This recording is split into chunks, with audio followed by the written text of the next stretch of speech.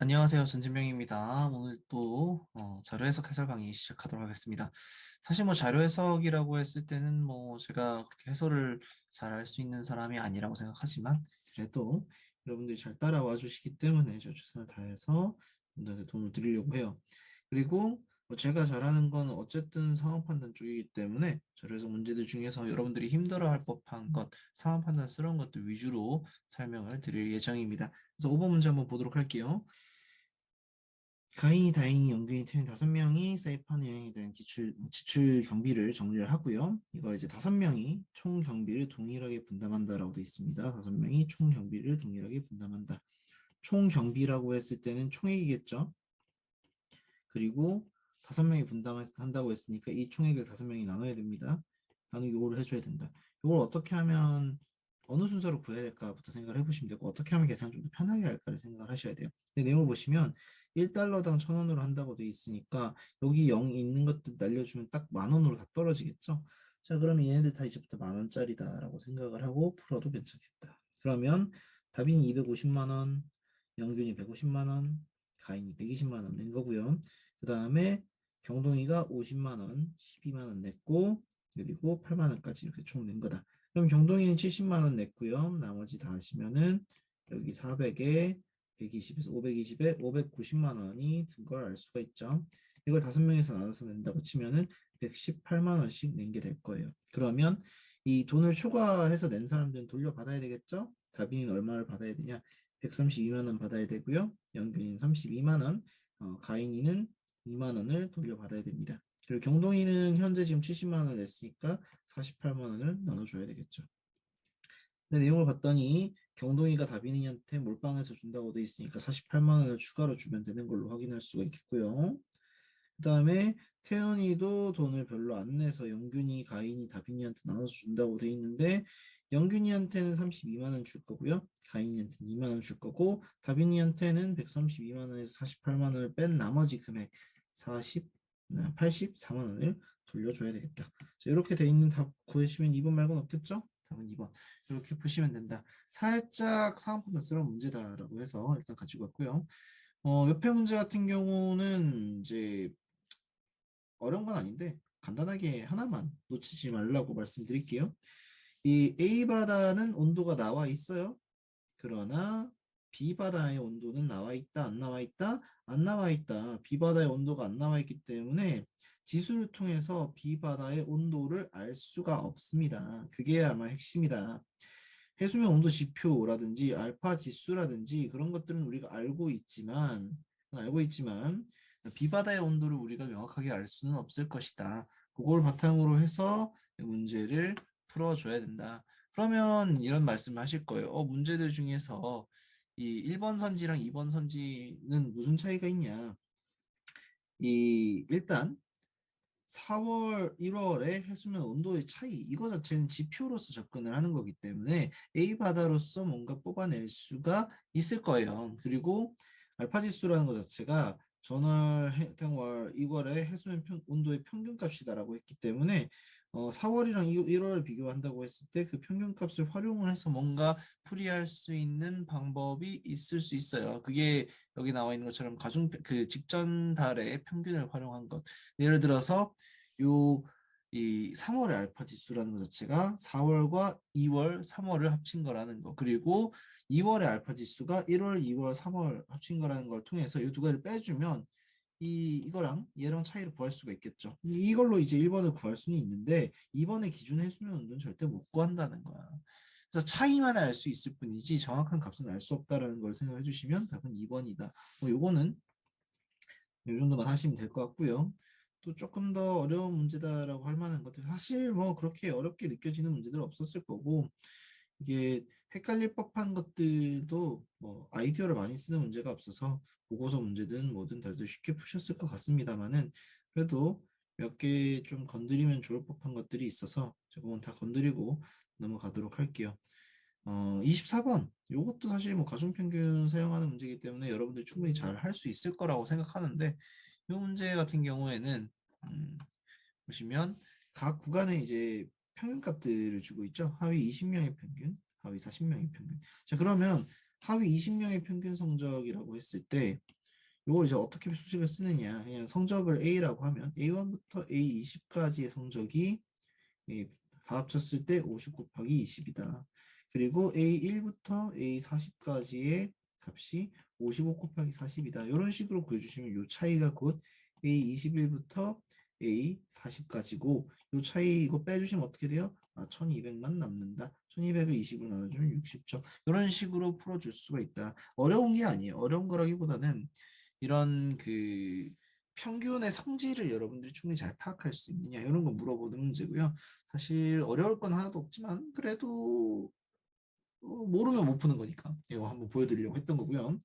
전체 평균이라고 하면은 전원이 다 들어간 거고 상위로 넘어가면은 상위 40명이니까 요거 기준 아래 있는 거 기준으로 했을 때는 뭐 A61부터 A100까지다 이런 식으로 여러분들이 일렬로 줄을 세워두시고 A1부터 A100까지 일렬로 줄을 세워두시고 그걸 어디까지 자른 다음에 평균 낼 것인가 이게 이 문제의 핵심이다라는 거 파악하시면 되겠습니다. 자, 23번 보겠습니다. 다음 표는 부서 AST의 성과 목표와 성과급에 대한 그런 이제 설문조사 결과 자료가 나와 있고요. 설문조사 결과가 2x2로 돼 있죠. 성과급 획득, 목표, 획득, 성과급 획득, 미획득, 그리고 목표가 있음 없음 이런 식으로 해서 나와 있고 이 수치들이 다들 좀 다르게 나와 있는데 명으로 나와 있기 때문에 뭔가 비율 같은 걸 따져야 되겠다라는 생각을 하셔야 되고요. 정의를 봤더니 그런 말들이 나와 있어요. 목표 설정률이라고 하는 거는 전체 피험자 중에서 성과 목표가 있는 피실험자의 비율 뭐 이런 식으로 나와 있으니까 이게 부서 단위로 나오는 건지 아니면 이 전체 그룹에서 나오는 건지 이런 것도 생각을 해보셔야 되는데 여기 각 그룹이라고 나와 있으니까 부서 단위인 것 같죠?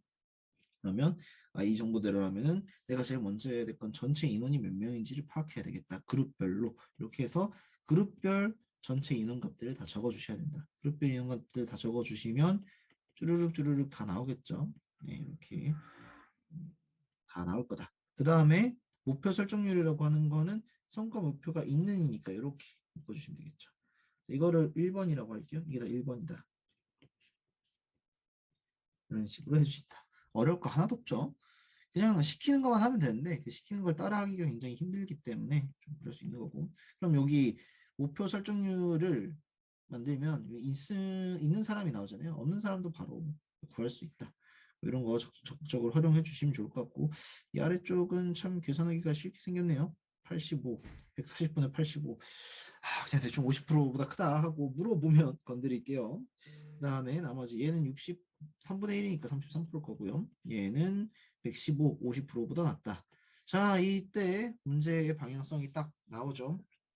1번 선지 보시면 목표 설정률은 15소에서 가장 높게 나타난다 돼 있는데 140명 중에 85명, 140명 중에 85명인 거랑 64%랑 어느 게 더 크냐를 물어보는 거고 그냥 대충 계산했을 때 28분의 17과 64 이거 비교할 때 그냥 분모 대충 4 곱해서 200이랑 비슷하게 100이랑 비슷하게 만들어 놓고 풀면 될 것 같지 않나요?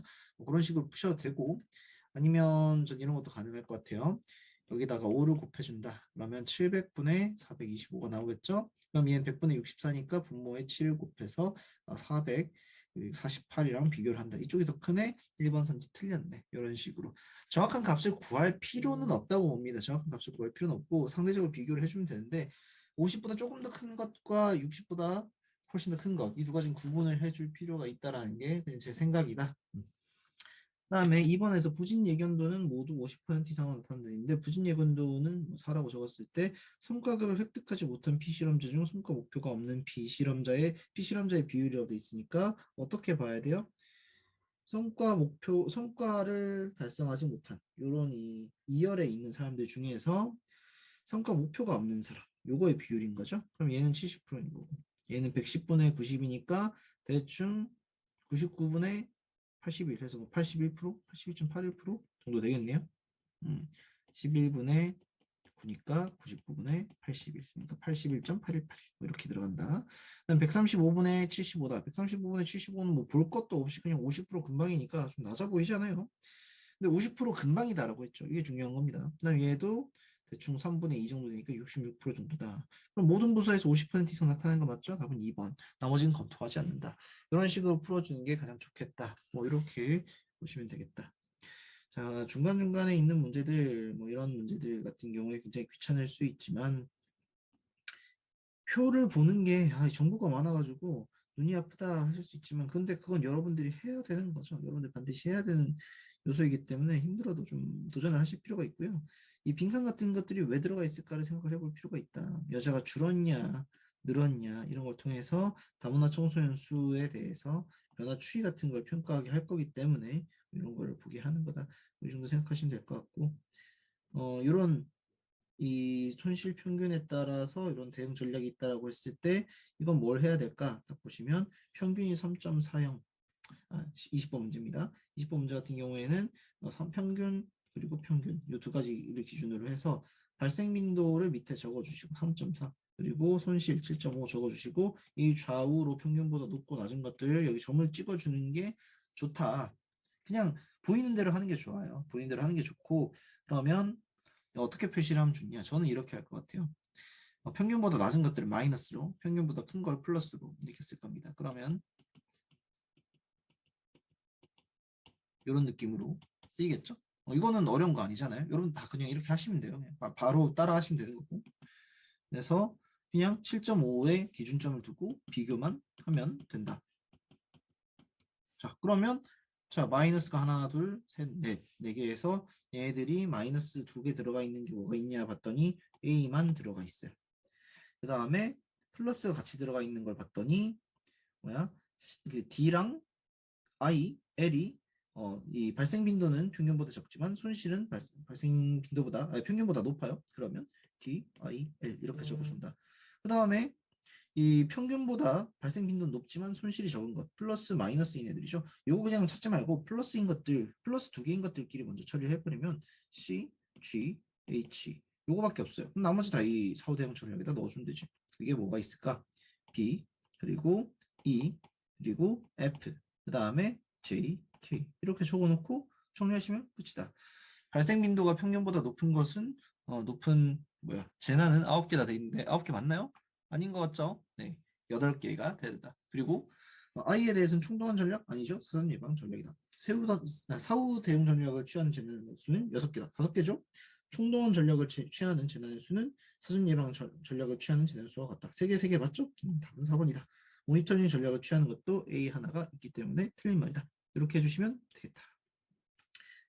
자, 제가 뭐 문제들 쭉 봐도 그렇게 뭐 특별하게 귀찮은 문제들이 없다 보니까 여러분들이 충분히 하실 수 있을 거라고 생각해서 또 5문제 이렇게 진행을 했는데 짧죠. 저도 제가 생각해도 좀 짧은 것 같아요. 해설 강의를 더 많이 해주면 좋을 텐데 일단 이번 주까지는 제가 이렇게 좀 문제들 계약된 대로 5문제씩들 짚어드리고 좀 여유가 있다면 1개씩 더 짚어드리고 하는데 추후에는 여러분들이 꼭 궁금해 하시는 게 있다면 그것들은 추가적으로 촬영을 해서 좀 올려드리면 어떨까 이렇게 생각하고 있습니다.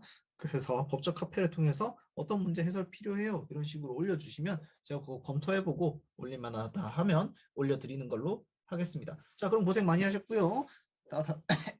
죄송합니다. 다다음 주 시험에서 뵙도록 하겠습니다. 자, 그러면 고생 많이 하셨습니다. 감사합니다.